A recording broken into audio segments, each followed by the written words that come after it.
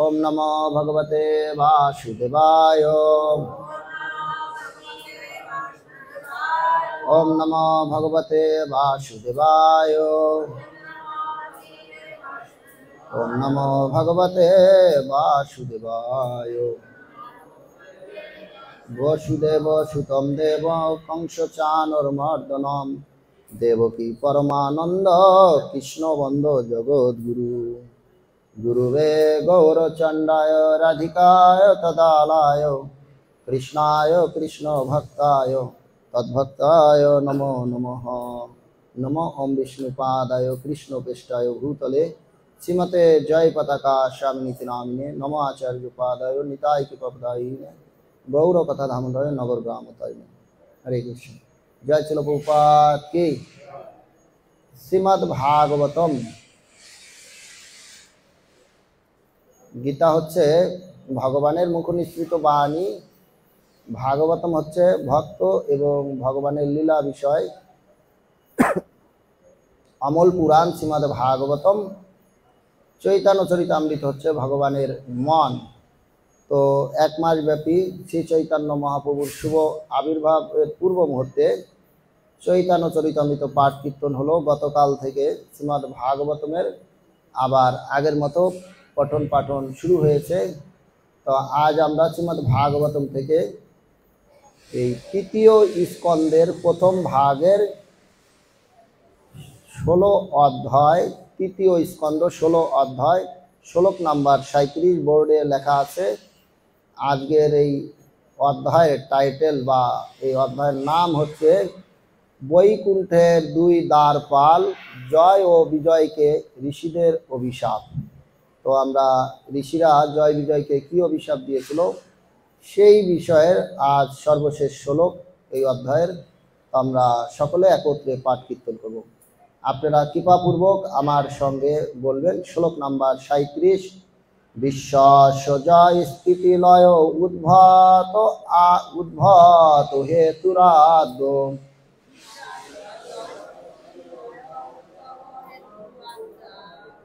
Jug ঈশ্বরপি দূরতয় Jagmaya ক্ষেমাম বিদ্যসাতি শন ভগবান ত্রিঅধীশ তত্র অস্মদীয় বিমিশ্রেণ কিয়ানো ইহ অর্থ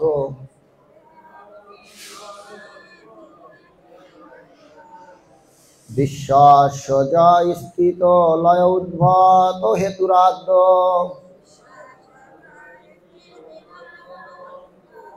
যোগেশ্বরাপি দূরতয় যোগো মায়া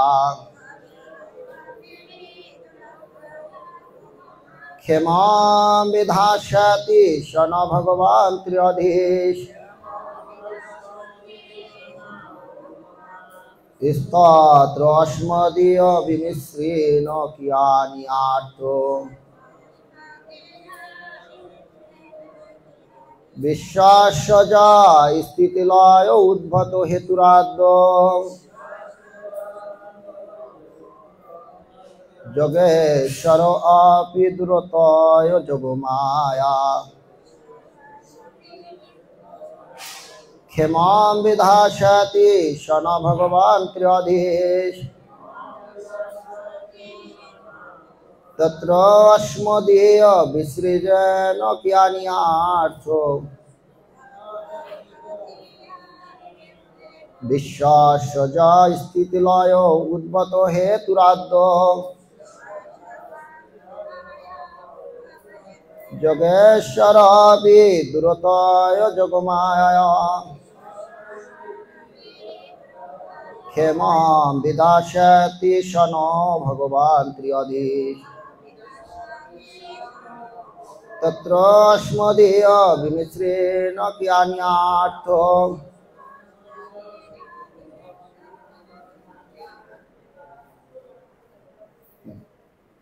প্রভুরা এবং মাতাজিরা আপনারা উচ্চারণ করুন।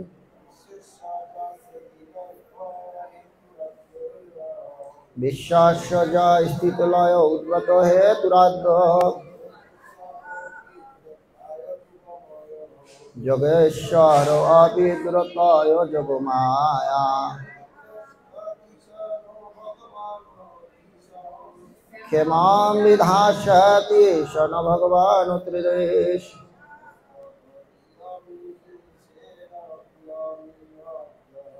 স্তোত্র অস্মদীয় বিমিশ্রেণ জ্ঞানী আর্ত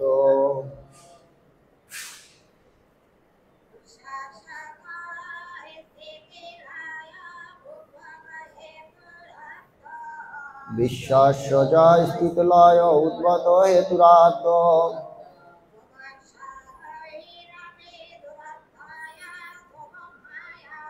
যোগেশ্বর অপি দূরতয় যোগমায়া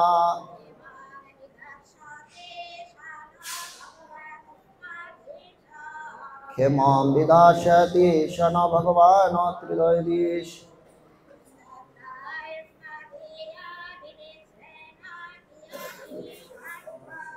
স্তোত্র অস্মি দিয়মিশ্রেণ জ্ঞানী আর্ত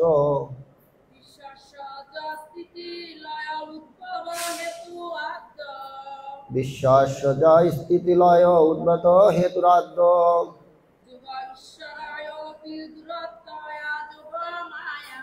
যোগ ঈশ্বর অপি দূরতয় যোগমায়া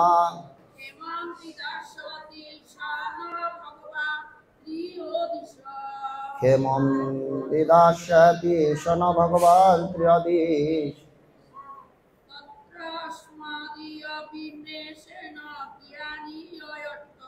স্মাত্রস্ত্রয় বিমিশ্রেণ জ্ঞানী আর্থ।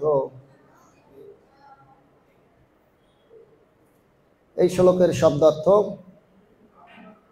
বিশ্বস্য বিশ্বের, য যিনি, স্থিতি সংরক্ষণ, লয় বিনাশ, উদ্ভব সৃষ্টি, হেতু কারণ, আদ্য সবচাইতে প্রাচীন পুরুষ, যোগ ঈশ্বরই যোগেশ্বরের দ্বারা, অপি ও দূরত্বায় যা সহজে বোঝা যায় না, যোগমায়া তার যোগমায়া, ক্ষেমম কল্যাণ, বিধাস্যতি করবে, স তিনি, ন আমাদের ভগবান পরমেশ্বর ভগবান, ত্রি অধীশ জড়া প্রকৃতির তিন গুণের নিয়ন্তা, তত্র সেখানে, অস্মদীয় আমাদের দ্বারা, বিমিশেন বিচার বিবেচনার দ্বারা, কিয়ান কি, ইহ এই বিষয়ে, অর্থ উদ্দেশ্য। এই শ্লোকের অনুবাদ ও তাৎপর্য উভয় করেছেন আন্তর্জাতিক কৃষ্ণ ভাবানন্দ সংঘ ইস্কন প্রতিষ্ঠাতা অভয় চরণারবিন্দ ভক্তিবেদান্ত স্বামী ছিল প্রভুপাদ। জয় ছিল প্রভুপাদ কি। হে প্রিয় পুত্রগণ, ভগবান হচ্ছেন প্রকৃতির তিন গুণের নিয়ন্তা এবং তিনি বিশ্বের সৃষ্টি, স্থিতি এবং প্রলয়ের কারণ। তার আশ্চর্যজনক সৃজনী শক্তি যোগ মায়াকে যোগেশ্বরেরাও সহজে বুঝতে পারেন না। সেই আদি পুরুষ ভগবানই কেবল আমাদের রক্ষা করতে পারেন। এই বিষয়ে চিন্তা করে তার কোনো উদ্দেশ্য আমরা সাধন করতে পারব? প্রশ্ন করেছেন। তাৎপর্য, জয় শ্রী প্রভুপাদ কি। পরমেশ্বর ভগবান যখন কোনো কিছুর আয়োজন করেন তখন আমাদের বিচারে তা প্রতিকূল বলে মনে হলেও সেই সম্বন্ধে কারও বিচলিত হওয়া উচিত নয়। দৃষ্টান্তস্বরূপ বলা যায় যে কখনো কখনো আমরা দেখি যে কোনো শক্তিশালী প্রচারক নিহত হন অথবা তাকে নানা রকম অসুবিধার সম্মুখীন হতে হয়। ঠিক যেমন হরিদাস ঠাকুরের হয়েছিল। তিনিও ছিলেন ভগবানের একজন মহান ভক্ত। যিনি ভগবানের ইচ্ছা অনুসারে ভগবানের মহিমা প্রচার করার জন্য এই জড় জগতে এসেছিলেন, কিন্তু কাজী 22 বাজারে বেতাঘাত করার মাধ্যমে তাকে দণ্ড দিয়েছিল। তেমনি যীশু খ্রিস্ট ক্রুশ বিদ্ধ হয়েছিলেন এবং প্রহ্লাদ মহারাজকে নানা রকম দুঃখ কষ্ট ভোগ করতে হয়েছিল। শ্রীকৃষ্ণের প্রিয় সখা পাণ্ডবদের রাজ্য হারাতে হয়েছিল, তাদের পত্নীকেও অপমান করা হয়েছিল এবং তাদের নানা রকম কঠোর দুঃখ দুর্দশা ভোগ করতে হয়েছিল। এই সকল প্রতিকূলতার সম্মুখীন হতে দেখে ভক্তদের বিচলিত হওয়া উচিত নয়। পক্ষান্তরে বুঝতে হবে যে সেই সমস্ত ঘটনার পেছনে নিশ্চয়ই পরমেশ্বর ভগবানের কোনো পরিকল্পনা রয়েছে। শ্রীমদ্ ভাগবতমের সিদ্ধান্ত হচ্ছে যে এই প্রকার প্রতিকূলতার দ্বারা ভগবত ভক্ত কখনো বিচলিত হন না।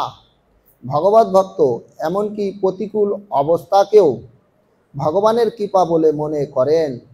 প্রতিকূল অবস্থাতেও যিনি ভগবানের সেবা করতে থাকেন তাকে প্রতিশ্রুতি দেওয়া হয়েছে যে তিনি অবশ্যই ভগবত ধাম বৈকুণ্ঠ লোকে ফিরে যাবেন।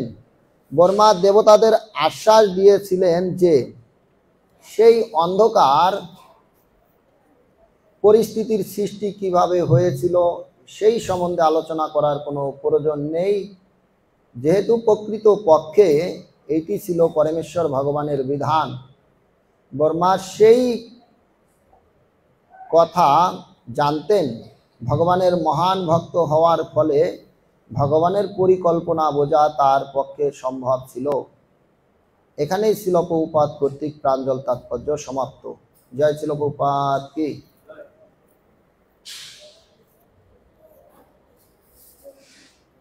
হরে কৃষ্ণ। আজকের এই অধ্যায়ের নাম হচ্ছে বৈকুণ্ঠের 2 দ্বারপাল, জয় ও বিজয়কে ঋষিদের অভিশাপ। এবং আমরা বিগত 36টি শ্লোকের মাধ্যমে জেনে এসেছি কেনই এবং কি কারণে এহেন অবস্থা, অর্থাৎ যারা বৈকুণ্ঠ লোকের দ্বারপাল তারা কেন আবার এই মর্ত লোকে, আবার কোনো সাধারণ রূপে নয়, কেনই বা তাদের এই অসুর রূপ। তো আমরা সেই সকল বিষয় বিগত বিভিন্ন পাঠকদের শ্রীমুখ থেকে আমরা শ্রবণ এবং কীর্তন করে এসেছি। তো আজকে এই শেষ শ্লোকের মাধ্যমে ব্রহ্মাজি এখানে দেবতাদেরগণকে সাবধানতা করে বলছে যে যা হচ্ছে তা ভগবানের ইচ্ছাই হচ্ছে। তো আমরা দেখি যে পূর্ব শ্লোকে অর্থাৎ এদের আবির্ভাব সেইখানের যে শিক্ষা, সেই শিক্ষায় দেখি যে পিতা মাতা বা স্বামী স্ত্রী সন্তান উৎপাদনের জন্য কেমন সময় নির্ধারণ করা উচিত, শ্রীমদ্ ভাগবতম থেকে আমাদের সেই শিক্ষা দেওয়া হচ্ছে যে সায়ংকালে কশ্যপ মুনি এবং দিতি মাতার মিলনের ফলেই এহেন অসুরদের আগমনের কারণ। আবার আমরা যদি সেই পরবর্তী আবার দেখি আরেক জেনারেশন, সেইখানে দেখি যে ভগবানের সঙ্গে যুদ্ধ করতে গিয়ে যুদ্ধ না করে ফিরে এসে হিরণ্যকশিপু যখন কয়েদু মাতার সঙ্গে মিলিত হতে গিয়েছিলেন তখন তিনি ভগবানের নাম উচ্চারণ করেছিলেন বারবার। তার স্ত্রীর কাছে যখন তিনি ছিলেন তখন কয়েদু মাতা জিজ্ঞাসা করেছিলেন, হে প্রভু, আপনি তো তপস্যা করতে গিয়েছিলেন, তবে কেন কাঙ্ক্ষিত লক্ষ্যে না গিয়ে আবার ফিরে এসেছেন? তখন তিনি বলেছিলেন, বিষ্ণু বিষ্ণু বিষ্ণু, এই বিষ্ণুর বিড়ম্বনার জন্য আমাকে ফিরে আসতে হয়েছে।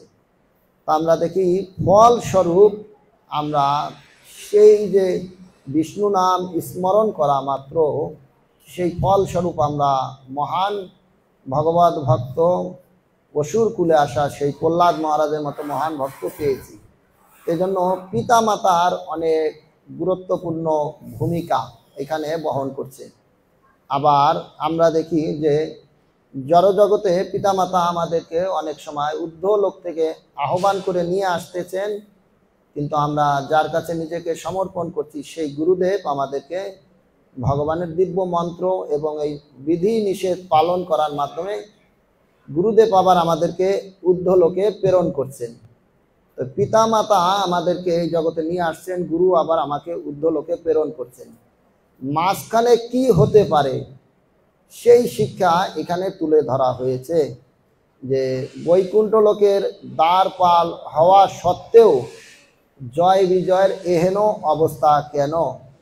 তা আমরা গতকাল আমাদের শ্রীপাদ তেজ গোবিন্দ প্রভুর শ্রীমুখ থেকে শুনেছিলাম যে এই সূত্রপাত যে জয় বিজয়ের এটা হয়েছিল মাতা লক্ষ্মীকে প্রবেশ অধিকারে বাধা দেওয়ার ক্ষণ থেকেই নির্ধারণ হয়েছিল। যেমনভাবে আমরা কুরুক্ষেত্রের ঘটনায় পাণ্ডবদের জয় এবং কৌরবদের পরাজয়ের লক্ষণ সেদিন থেকে নির্ধারণ হয়ে গিয়েছে, যেদিন তারা মাতা দ্রৌপদীকে ভরা রাজসভায় বস্ত্রহীন করার চেষ্টা করেছিলেন এবং মহান বৈষ্ণব বিদুরকে দুর্যোধন অপমান করেছিলেন। সেদিন থেকেই তার পতনের সূত্রপাত হয়েছিল। আমরাও এই অধ্যায়ে থেকে দেখতে পাই যে জয় বিজয়কে যে অন্তরের ভাব ছাড়া বাহ্যিকভাবে, অন্তরের ভাব ছিল ভগবানের সেবা করার জন্য, ভগবানকে বীর রস আস্বাদন করাবেন। আর সেই সূত্রপাতটি কিভাবে হয়েছিল না, লক্ষ্মী দেবীরকে প্রবেশ অধিকারে বাধা দেওয়ার পর। যখন স্বয়ং লক্ষ্মী দেবীকে আমি প্রবেশে বাধা দিতে পারি, তখন আমার মধ্যে অপরাধ করার প্রবণতা সৃষ্টি হয়। যে লক্ষ্মী দেবীকে যদি দিতে পারি তবে চতুষণকে কেন নয়।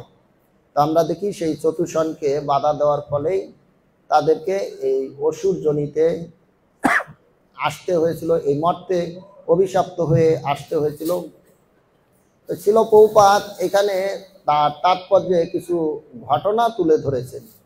শিল প্রভুপাদ বোঝাতে চাচ্ছেন যে আমরা শ্রেষ্ঠত্বের জায়গায় এসে কিছু পরীক্ষার সম্মুখীন হতেই হবে। তো এইগুলো আমাদেরকে হাতে আঙ্গুল, চোখে আঙ্গুল দিয়ে শিক্ষা দিয়েছেন, প্রভুপাদ শিক্ষা দিতে চাচ্ছেন। প্রভুপাদ বলতে চাচ্ছেন যে ভগবানের মহান ভক্ত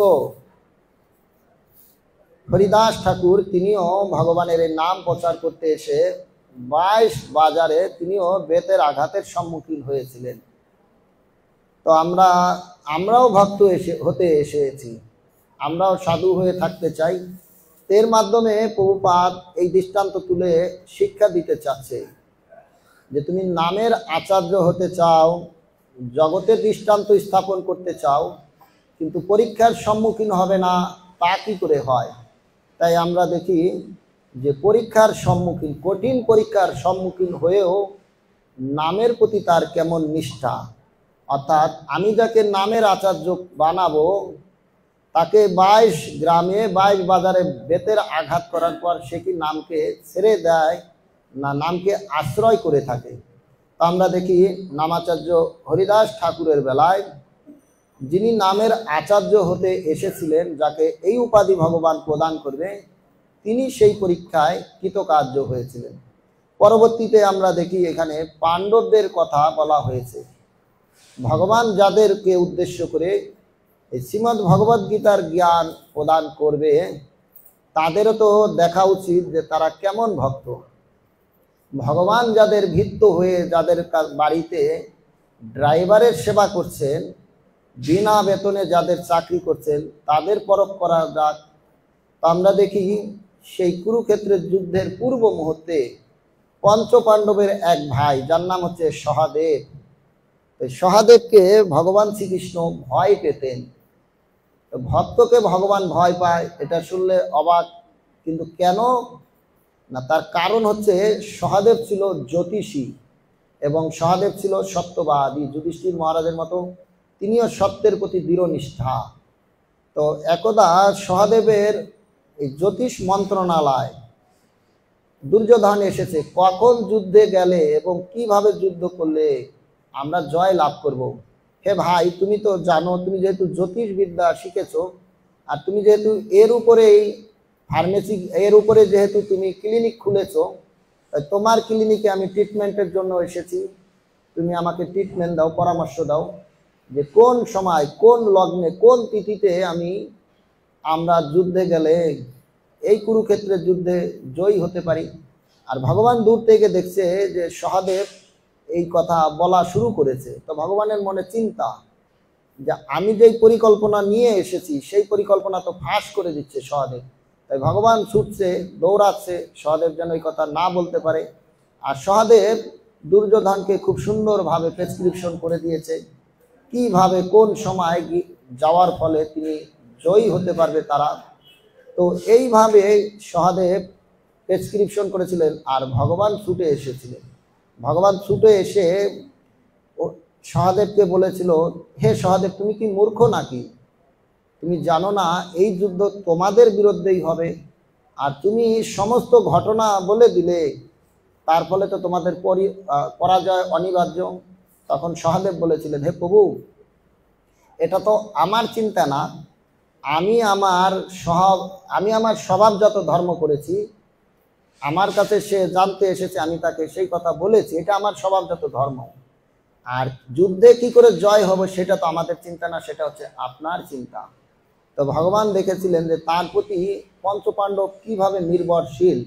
একই ঘটনা দ্বারকাতে ভগবান অর্জুনকে বলেছিলেন, তুমি জানো না যুদ্ধের মাখন হচ্ছে সৈনিক, আর তুমি সৈনিক বাদ দিয়ে তুমি শুধু এই যে দইয়ের ভাণ্ড, এই মাখনের ভাণ্ড আমাকে নিলে, মানে নারায়ণী সৈন্য বাদ দিয়ে শুধু আমাকে নিলে, এটা কেন করলে?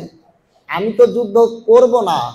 পঞ্চপাণ্ডবদের অর্থাৎ অর্জুনকে যখন এইরকম ভগবান বলেছিলেন, তখন অর্জুন বলেছিলেন, হে প্রভু, যদি মাখন চোর থাকে না তবে মাখনের কোনো অভাব হবে না। তো অর্জুনও শিক্ষা দিয়েছিলেন এই লীলার মাধ্যমে যে যেন তেন প্রকারে আমরা যেন কৃষ্ণকেই রাখি।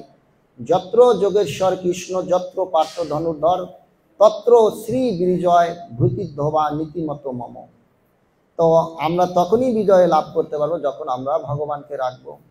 তো এহেন দৃষ্টান্তের মাধ্যমে পাণ্ডবরা যে মহান ভগবানের ভক্ত, এত প্রতিকূলতার পরেও তারা ভগবানের সঙ্গে ছিলেন এবং ভগবানও তাদের সঙ্গে ছিলেন। তো এইভাবে তাদের শ্রেষ্ঠত্ব ভগবান প্রমাণ করেছিলেন। তাদের ত্রুটি ভগবান যুক্তিতর্কের মাধ্যমে খণ্ডন করে তাদেরকে শ্রেষ্ঠ ভক্তে পরিণত করেছিলেন। এইখানে বলা হয়েছে প্রহ্লাদ মহারাজের কথা ছিল, প্রভুপাদ তার তাৎপর্যে বর্ণনা করেছে।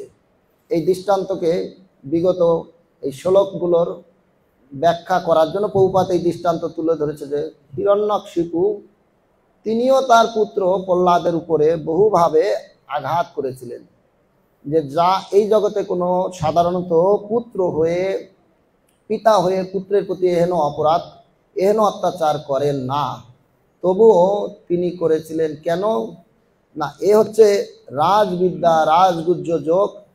আর সুযোগ পেয়ে বাবার কাছেও গুরুদেবের কাছ থেকে শিক্ষা পাওয়া, শিক্ষা বাবার কাছেও প্রচার করতে চেয়েছিলেন। যে যেহেতু এই ভাগবত কথা, এই গীতার কথা যেহেতু রাজযোগ রাজবিদ্যা, তাই রাজার কাছে প্রচার করা উচিত। তাই বাবার কাছেও বলতে চেয়েছিলেন বা বুঝাতে চেয়েছিলেন, হে পিতা, আপনি নয়, পরমেশ্বর হচ্ছে ভগবান। তাই বাবার কাছেও তিনি প্রচার করতে চেয়েছিলেন।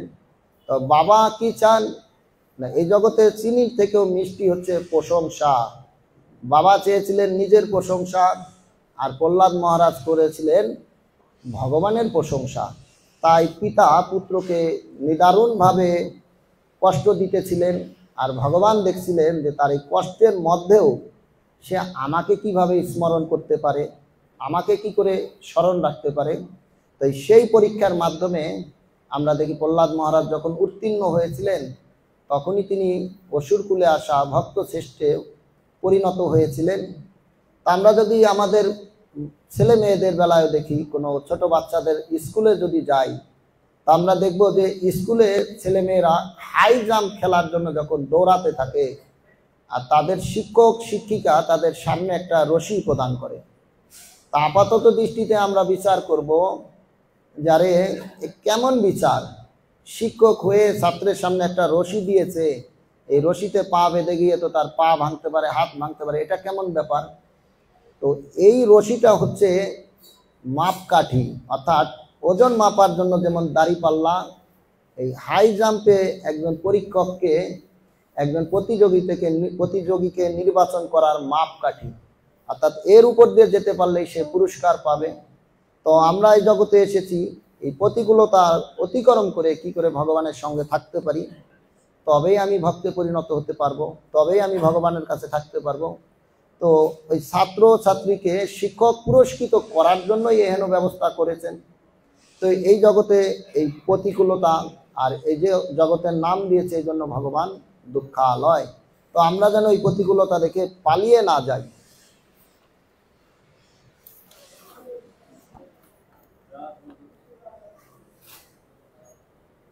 তাই জয় শ্রী শ্রী রাধা গোবিন্দ জগন্নাথ বলদেব সুভদ্রাময় পতিতান গণিতায় ভগবান কি জয়, ছিল প্রপাত কি। তো এই হেন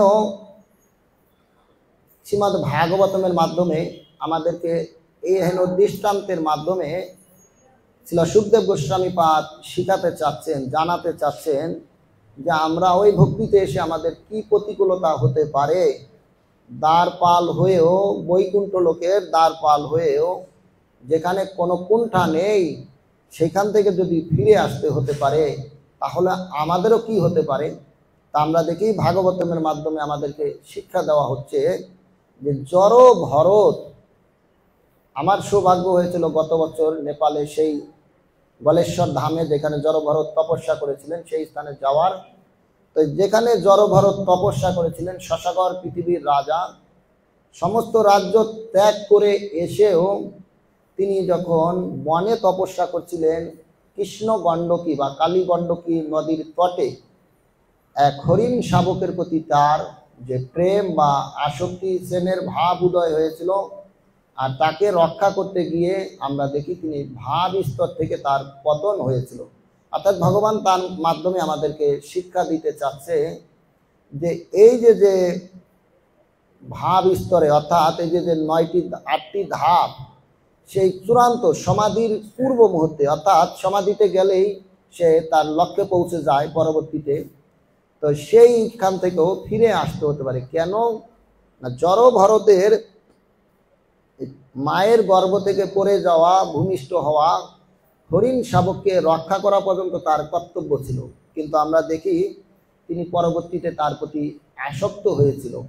বনে কেন মানুষ যায় না, বনে মানুষ যায় যেখানে পুত্র থাকবে না, কন্যা থাকবে না, বিষয় থাকবে না, সম্পদ থাকবে না, স্বামী স্ত্রী কেউ থাকবে না, হরি বিনা গতি নাই। তো যেখানে হরি বিনা গতি নাই, কৃষ্ণ বিনা গতি নাই, এই জন্য মানুষ বনে যায়। তো সেই নির্জন স্থানে গিয়ে হরিকে পাওয়ার উদ্দেশ্যে গিয়েও তিনি এক হরিণের প্রতি আসক্ত হয়েছিলেন। তো হরিণকে রক্ষা করা কি তার জন্য ভুল ছিল? না, তার জন্য হরিণকে রক্ষা করা ভুল ছিল না। এখানে আমাদেরকে শিক্ষা দিতে চাচ্ছেন ভগবান যে সে যখন রাজা ছিল তার এই শশাগর পৃথিবীর প্রতি দায়িত্ব ছিল। সে এখন যেহেতু বনে একাকী, তাই হরিণকে রক্ষা করা পর্যন্ত তার কর্তব্য ছিল। কারো না কারো কাছে বা হরিণের কোনো দলে তাকে দিয়ে দেওয়া উচিত ছিল। তাকে রক্ষা করার জন্য শেষ পর্যন্ত তার জন্য আকৃষ্ট হওয়াই ছিল তার পতনের কারণ। এইভাবে আমরা যদি আরও দেখি যে ভাগবতমে যে যখন পুত্র হর্ষ বিষাদকে মহারাজ চিত্রকেতু হারিয়েছিলেন, পুত্র শোকে যখন বিহ্বল হয়েছিলেন, ভগবানের দেওয়া দিব্য রথে করেই তিনি কৈলাস পর্যন্ত গিয়ে সেই কৈলাস থেকেও তিনি ফিরে আসতে হয়েছে। অর্থাৎ ভগবানের দিব্য ভূমি, সে দিব্য ধাম, সে কৈলাসের পরবর্তীতে যেই সমস্ত সেই ধামগুলোতে তিনি যেতে পারেননি। অর্থাৎ কৈলাস থেকেই তার আবার ফিরে আসতে হয়েছে। কেন না, তিনি ওইখানে মাতা সতীকে তার পতি দেবতা শিবের বক্ষে থেকে তার যে এই যে ভাগবতম কথা শ্রবণের সময় তার কুমন্ত্রণা হয়েছিল, কুচিন্তা হয়েছিল, আর এই জন্য সতী দেবী তাকে অভিশাপ দিয়েছিল, আরে উড়ে এসে জুড়ে বসেছ, যাও অসুর হয়ে যাও। তো এইখানেও আমরা দেখি যে সেই মুক্তির দ্বারে গিয়ে, অর্থাৎ সেই দিব্য কৈলাস ধাম থেকেও চিত্রকেতু, মহারাজ চিত্রকেতুকে আবার বিত্রাসুর হয়ে ফিরে আসতে হয়েছিল। তাই এইভাবে আমাদেরকে শিক্ষা দিতে চাচ্ছে এই ভাগবতমের মাধ্যমে। ছিল সুখদেব গোস্বামী এই ভক্ত এবং ভগবানের যেখানে লীলা কথা বর্ণনা হয়েছে সেই শ্রীমদ্ ভাগবতমের মাধ্যমে যে আমাদের জীবনেও কি প্রতিকূলতা আসতে পারে এবং কোথায় কোথা থেকে তার শিক্ষা বা দৃষ্টান্ত স্বরূপ আমরা দেখি এই জয় বিজয়ের এই কাহিনী এখানে তুলে ধরা হয়েছে। যে এই কাহিনীর মাধ্যমে ভক্তদেরকে এই জগতে আসা ভগবানের এই যে ভগবানের সন্তান আদিকে ভগবান শিক্ষা দিতে চাচ্ছে যে আমরাও এই জগতে এসে কি প্রতিকূলতার সম্মুখীন হতে পারি এবং সর্বত্র উন্নত স্থান থেকেও আমরা অধপতন হতে পারে। তো এখানে সমাধান দেওয়া হয়েছে প্রভুপাদ তার এই তাৎপর্যের মাধ্যমে এবং বর্মাজিও বলেছে যে এই যে বিষয় এই বিষয় নিয়ে আমার কিছু বলার নেই। কেন না, এগুলো সবই হচ্ছে ভগবানের ইচ্ছায়। তাই আমরাও দেখি যে ভগবত ভক্তিতে এরকম কেউ যুক্ত হয়ে হঠাৎ কারো বা এরকম সে ওই স্থান থেকে তিনি নিচুতে নেমে যেতে পারে, কিন্তু আমরা যেন তার সমালোচনা না করি, অর্থাৎ আমরা যেন তাকে নিয়ে হাসাহাসি বা তাকে নিয়ে ব্যঙ্গ না করি। অর্থাৎ তার যে এই যে পতন এটাও হতে পারে ভগবানের কোনো ইচ্ছা, আর এটা ভগবানেরই ইচ্ছা। আমরা এই অধ্যায়ের মাধ্যমে জানতে পারি যে এই জয় বিজয় যে বৈকুণ্ঠ থেকে ফিরে এসেছেন, অসুর কুলে এসেছেন, এটাও ভগবানের ইচ্ছা ছিল। তো এই ভক্তি জীবনে কেউ এখান থেকে চলে যেতে পারে, কেউ বা আশ্রম চেঞ্জ করতে পারে, তার মানে সে পচে গিয়েছে, ঠিক তা নয়। আমি শুনেছি কোনো এক মহান বৈষ্ণবের শ্রীমুখ থেকে যে কারো যদি এহেন অবস্থা থাকে, সে ওই আশ্রমে থেকে যতটা পাপের প্রবণতা ছিল, তো যে কোনো কারণেই হোক, ভগবানের ইচ্ছায় হোক বা তার কোনো ভুল সিদ্ধান্তের জন্যই হোক, তার যে এই যে আশ্রম চেঞ্জ হয়েছে, পরবর্তীতে সে আরও উন্নত থাকতে পারে। তো এইরকম একটি দৃষ্টান্ত আছে যে একদা এক রাজা তিনি ছদ্মবেশে ঘুরতে বেরিয়েছে যে আমার এর প্রজারা কে কেমন ভাবে আছে। তো ঘুরতে এসে মন্ত্রী নিয়ে রাতে তিনি দেখছে একটা ঘরে হঠাৎ একটি শব্দ হয়েছে টিনের উপরে। তো সে ঘরটির পাটকাঠির বেড়া সরিয়ে সে দেখছে যে কী হলো, কি শব্দ হলো। তাই ঘরে শব্দ হয়ে দেখা যায় একটা সর্প ঢুকেছে, আর সর্প ঢুকে ঘরের মধ্যে ঘুমিয়ে থাকা যে মালিক তাকে দংশন করেছে, আর দংশন করে পরবর্তীতে আবার তিনি একটি নারী রূপ ধারণ করেছে। আর যেই নারী রূপ ধারণ করেছে, রাজা গিয়ে তার গলায় অস্ত্র ধরে বলছে, কে তুমি, তোমার পরিচয় দাও, তা না হলে তোমাকে দ্বিখণ্ডিত করে দিব। তো বলছে, আমি নিয়তি, আমি হচ্ছি সকলের ভাগ্য বিধাতা। তো রাজা বলছে, অনেক ভালো, তুমি যে ভাগ্য বিধাতা, তো সকলের তো মৃত্যুর উপর তোমার সঙ্গে দেখা হওয়ার কথা, সৌভাগ্যক্রমে আগেই আমার তোমার সঙ্গে দেখা হয়ে গেল, তাহলে বলো আমার ভাগ্যে কি আছে। তো বলছে, রাজার ভাগ্যলিপি দেখে বলছে, হ্যাঁ রাজা, আমি আপনার ভাগ্যলিপি পড়ে দেখলাম যে আপনার ভাগ্যলিপিতে অনেক অনেক অনেক ঘোড়ার বা গোবরের পায়খানা আপনাকে খেতে হবে। তো বলছে, আরে কি বলছেন, আমাকে অনেক এরকম। তো বলছে, হ্যাঁ এই যে দেখো এত ঘর ঘর পরিমাণ। তো বলছে, কেন, আপনি যেহেতু এটা জানেন তার কারণও জানেন।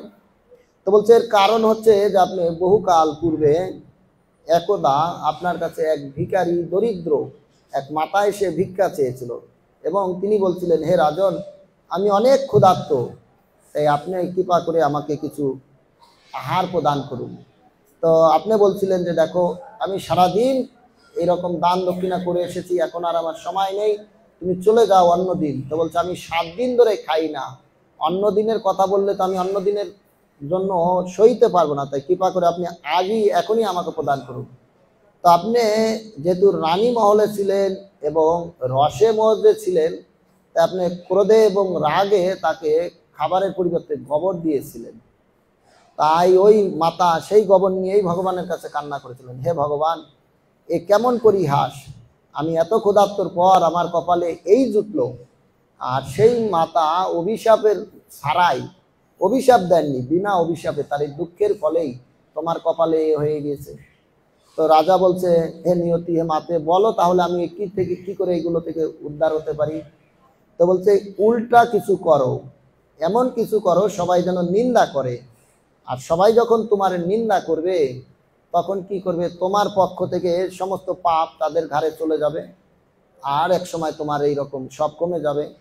তো সেই রাজা পরবর্তীতে ফিরে এসে তার ঘরে থাকা নিজের যুবতী বিয়ের যোগ্য কন্যাকে নিয়ে তিনি গৃহ থেকে রাজ্য ত্যাগ করিয়ে অনেক দূরে গিয়ে এক কুটির করে কন্যাকে নিয়ে তিনি এক ঘরে আছে।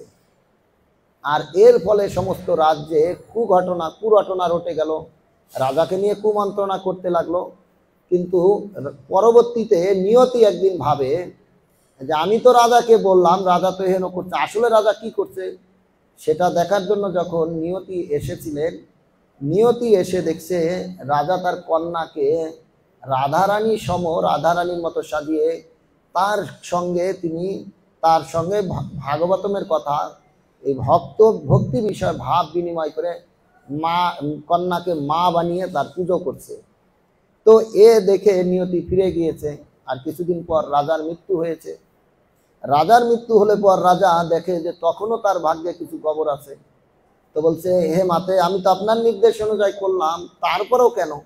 তো বলছে, আরে তোমার ভাগ্যের সমস্ত ফেরা তো কেটে গিয়েছে, কিন্তু এটা যে তুমি নিজে হাতে দিয়েছো, অ্যাজ ইউ ইউ রিপ, যেমন কর্ম তেমন ফল, এটা তুমি নিজে প্রদান করেছো, তাই অতটা রয়ে গেছে, এটা তোমাকে ভোগ করতেই হবে।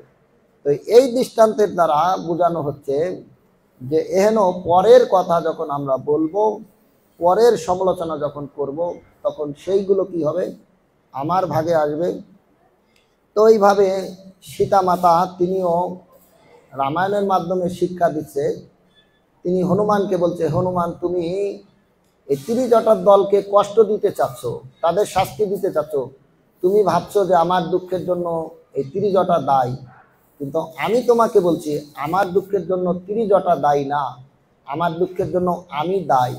কেন না, যে লক্ষণ আমার সেবা করতে এসেছে, বনবাস হয়েছে আমার প্রভু অযোধ্যাপতির, আর লক্ষণের তো বনবাস হয়নি, কিন্তু লক্ষণ আমাদের সেবা করতে এসেছে, আর আমরা তারপরও লক্ষণের নিন্দা করেছি, আমি লক্ষণের নিন্দা করেছি, তাই আমার এহেন অপরাধ। তাই প্রথম অপরাধ কি, যে সমস্ত ভক্ত ভগবানের সেবা করার জন্য নিজেদেরকে সর্বত্রভাবে উৎসর্গ করেছে তার নিন্দা করা। তো সে কি করছে, ভগবানের সেবা করার জন্য এসেছে আর আমি তার নিন্দা করেছি, তাই আমাকে কষ্ট পেতে হচ্ছে। তেহেন শিক্ষা আমাদেরকে এখানে দিচ্ছে। তাই সেই জয় বিজয় আমরা দেখি, যদিও এটা বলা হচ্ছে তার অভিশাপ, কিন্তু আবার আমরা দেখি শাস্ত্রে এও প্রমাণ করছে যে অভিশাপ কখনো কখনো আশীর্বাদ হয়। অভিশাপ হলেও এই জয় বিজয় 3 বার ভগবানের সঙ্গ পেয়েছিলেন। হিরণ্যকশিপু, রাবণ, কুম্ভকর্ণ, শিশুপাল, দন্তবক্র, এইভাবে 3 বার এই অভিশাপের মাধ্যমে এসে ভগবানের সঙ্গ পেয়েছিলেন। এবং 4র্থ বার যখন সীতা মাতা এই অসুর নিধনের ফলে ভগবান রামচন্দ্রকে বলেছিলেন, প্রভু আপনি এইভাবে অসুর নিধন করছেন, অসুরেরাও আপনার সন্তান, দেবতারাও আপনার সন্তান, তাহলে আপনি কারো প্রতি স্নেহ দেখাচ্ছেন আর কারো প্রতি কঠোরতা দেখাচ্ছেন, তাই এই আপনার হাতের থাকা অস্ত্রই হচ্ছে সমস্ত অনার্থের কারণ। তাই সীতামাতা তার অস্ত্র কেড়ে নিয়েছিলেন। আবার কৃষ্ণলীলা এসে দেখছে তারপরেও অসুর নিধন শেষ হয়নি, তো দেখছে যে তারপরেও ভগবান অসুর নিধন করছে, এবার অস্ত্র ছাড়া। তাই সীতামাতা দেখলেন যে সেই কৃষ্ণকে যদি এই অবস্থা থেকে ফিরাতে হয় তাহলে তার হৃদয়ে আমাকে প্রবেশ করতে হবে। তাই সেই হৃদয়ে প্রবেশ করে যখন রাধা ঠাকুরানী কৃষ্ণের হৃদয়ে প্রবেশ করে তিনি যখন গৌরাঙ্গ হয়ে এসেছেন, সেই গৌরাঙ্গ কি অবতার না, তিনি হচ্ছেন প্রেমের অবতার, প্রেমের ঠাকুর। আর সেই প্রেমের ঠাকুরের এই আমরা দেখি 3 লীলায় জয় বিজয় এসেছেন, কিন্তু কোনো লীলায় তিনি ভগবানের সাথে নিত্য কীর্তন করেননি, কিন্তু এই অবশেষে সাক্ষী হওয়ার জন্য এসে জয় বিজয় হয়ে এসে তিনি ভগবানের সাথে প্রেমের ঠাকুরের সঙ্গে নিত্য কীর্তন করেছিলেন। তাই অভিশাপও কখনো কখনো আশীর্বাদ হয়। আমি শুনেছিলাম শ্রীপাদ রমাকান্ত প্রভুর মুখ থেকে যদি আমরা দেখতে যাই তা উল্টা কিছু দেখতে পারি, সেটা হচ্ছে যে পুরীতে, তা বলা হচ্ছে যে পুরীতে সারা পৃথিবীতে চাল থেকে ভাত হয় আর পুরীতে ভাত থেকে চাউল হয়। সারা পৃথিবীতে বড় ভাইকে বড় ভাই বলে, ছোট ভাইকে ছোট ভাই বলে। পুরীতে ছোট ভাইকে বড় ভাই বলে। কোথায় যাচ্ছ? বড় ঠাকুর দর্শনে, অর্থাৎ জগন্নাথকে পুরীবাসীরা বড় ঠাকুর বলে। সারা পৃথিবীতে মার দিলে, কাউকে আঘাত করলে কেস করে, অভিযোগ করে, ডায়েরি করে।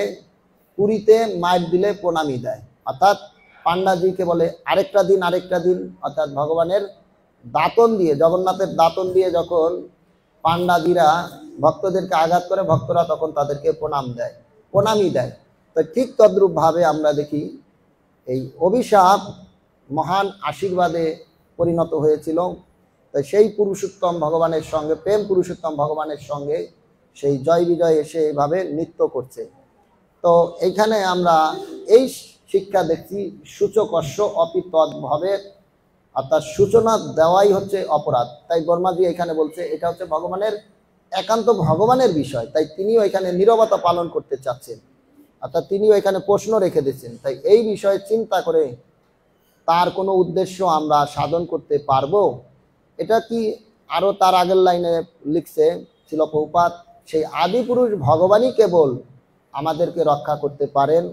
তাই আমরা এই অধ্যায় থেকে এই শিক্ষা গ্রহণ করব যে আমরা বৈষ্ণব অপরাধ করব না। এটাই হচ্ছে সিদ্ধান্ত, যে আমরা কোনো প্রকার বৈষ্ণব অপরাধ করব না। আমরা দেখি যে দৌড় প্রতিযোগিতায় কেউ যখন দৌড়াতে আসে, সে দৌড় প্রতিযোগিতায় দৌড়াতেই থাকে। তার উদ্দেশ্য হচ্ছে ফার্স্ট হওয়া। অন্য কেউ ডিসকুলিফাই হয়ে পড়ে গেল, তাকে তোলা, এটা তার উদ্দেশ্য না। তার উদ্দেশ্য হচ্ছে ফার্স্ট হওয়া।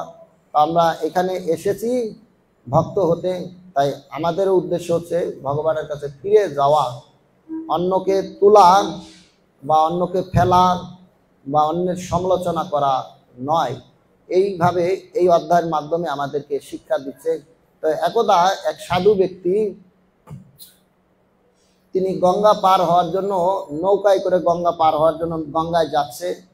তো যেতে যেতে মাঝ গঙ্গায় গিয়ে তিনি দেখতে এক স্বাস্থ্যবান, হাতে ঘড়ি আছে, দেখতে প্রায় মাস্তানের মতো, তাকে জিজ্ঞাসা করছে, আচ্ছা ভাই এখন কত বাজে, এখন সময় কয়টা বাজে? তো সে যখন বলছে এখন কয়টা বাজে, আর সেই হাতে ঘড়ি থাকা ব্যক্তি ওই গঙ্গা পার হওয়া রত ওই সাধু ব্যক্তিকে এমন এক থাপ্পড় মেরেছে, সেই থাপ্পড় খেয়ে ওই সাধু ব্যক্তি ঘুরে পড়ে গিয়েছে। আর সাধু ব্যক্তি যখন ঘুরে পড়ে গিয়েছে, নৌকায় থাকা অন্যান্য ব্যক্তিগণ সবাই যখন ওই মাস্তান ব্যক্তিটাকে মারার জন্য উদ্যত হয়েছে, তখন তার সঙ্গে থাকা তার চেলাগণ বলতেছিল, আরে মারবেন না আমার উস্তাদকে, আসলে আমার উস্তাদের ঘড়ির টাইম বলার স্টাইলই এইটা, এখন তো 1টা বাজে, তাই 1টা দিয়ে আমার উস্তাদ বুঝিয়ে দিয়েছে যে এখন 1টা বাজে। তো ওই সাধু ব্যক্তি বলছে, ভগবান ভাগ্যিস এখন 12টা বাজে না, যদি 12টা বাজতো তাহলে আমারও 12টা বাজতো। তো এই শিক্ষা থেকে আমরা এই গ্রহণ করব যে ভগবানের ইচ্ছাই হয়েছে, তাই ভগবানের উপরই আমাদেরকে ছেড়ে দিতে হবে, যে রাখে কৃষ্ণ মারে কে, মারে কৃষ্ণ রাখে কে। তাই কৃষ্ণ যেহেতু সর্বময়, তার ইচ্ছাতে যেহেতু সব কিছু হচ্ছে, এইটাকে আমরা ভগবানের ইচ্ছার উপরে ছেড়ে এইখান থেকে আমরা শিক্ষা গ্রহণ করব না, আমি কোনো বৈষ্ণব অপরাধ করব না। হরে কৃষ্ণ। জয় শিল প্রভুপাদ কি।